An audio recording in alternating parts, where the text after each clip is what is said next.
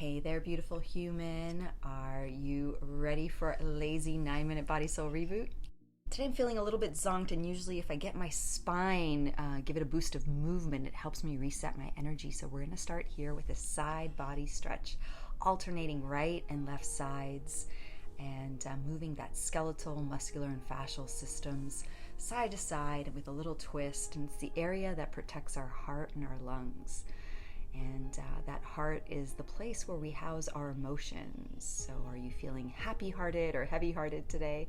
And think of our lungs in representing our relationship with that outside world. When we're breathing, we're literally taking in the outside world and bringing that into us via the air we breathe. So interesting, right? How we take in the environment or circumstances outside of ourselves has such a big impact on our emotions, and which influences what we do. All right, we're going to go ahead and move into this next exercise, and it's just basically a half kneeling trunk twist, and getting into that half kneeling position, and then we're just opened up that one leg to the side 90 degrees and placing the one hand on the ground, and we're just going to thread the needle, breathing in and out through the lungs, focusing that energy through the center and the back of the heart, and allowing yourself to bend down and twist, also pressing that knee out so that we activate the glutes just to give a little bit more support. Just breathing, and just feel what it feels like to just twist that spine out like a towel, really gently, taking that movement through the spine and through the hips, and starting to feel our bodies open up really gently.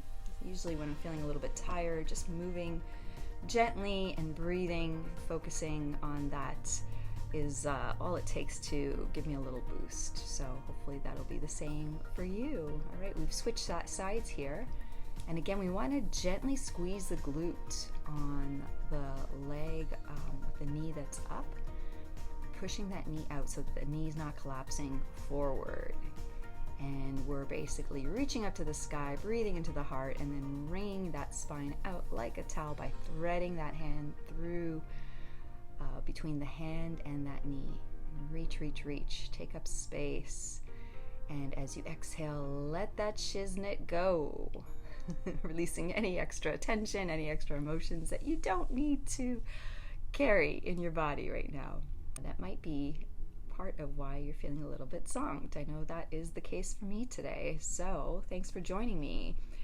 And now we're going to go into this next movement. I'll be honest, this is never one of my favorites. It's so hard for me. You're basically prone and going into a back extension. So think of it as a reverse boat pose, and you do not need to clasp your hands like I'm doing here. You're going to squeeze the quads, squeeze the glutes, and squeeze the back muscles as you pull the hands down towards your feet and raise on up. And embarrassingly, I'm super tight in this area, and I do not have as much strength as I'd like to. I'm also cranking my neck a little bit here, so don't do that. I should be coaching myself here. So you want to squeeze the quads, glutes, back muscles. Think of the angel wings behind you, but we don't want to crank on that neck. We want to open up the heart in front of us. And yeah, we could all use a little practice here, opening that heart and then releasing. Okay, I'm kind of happy that one's over, but it is good for me, so that's why I do it. All right, we're going to go into a quadruped position here, so basically a tabletop, and we are going to wag our little tail. Our hands, our feet, our knees are all making contact with the earth, kind of like the position that babies get into when they first start to crawl, pretty much. And then we're going to turn our body into the letter C through the trunk. Bottom ribs side crunching towards the hips, the shoulders moving towards the hips, opening up laterally through the side of your body, lateral flexion and mobility of that spine, your spine and neck being able to become a little bit more bendy sideways. That's the technical term here. Bendy sideways is what we're doing, making that body into the letter C. Yeah, thinking of the top of the head, wanting to make contact with your tailbone. Nice and gentle, side to side, still opening up that those side ribs. Beautiful. We're going to switch it up here, and now we are going to go into a kneeling trunk twist. So I start up a little bit higher on this, and feel free to start wherever you want, and you can widen your knees a little bit more if you'd like to. And we are twisting that spine like a washing machine. I'm gently using the ground to pull myself in a little bit, and then I start to, as I'm feeling into this movement, you'll see I start to kneel down a little bit more, get closer to the earth, flexing those hips. But place yourself wherever it feels good. Just think of, more than anything, twisting everything between the top of the head and your tailbone. It's your choice how deep you go in the hips and the knees. So today I felt like starting upright and then getting my butt closer to the heels towards the end, and you're gonna notice it activates higher or lower on the spine depending on where you're at.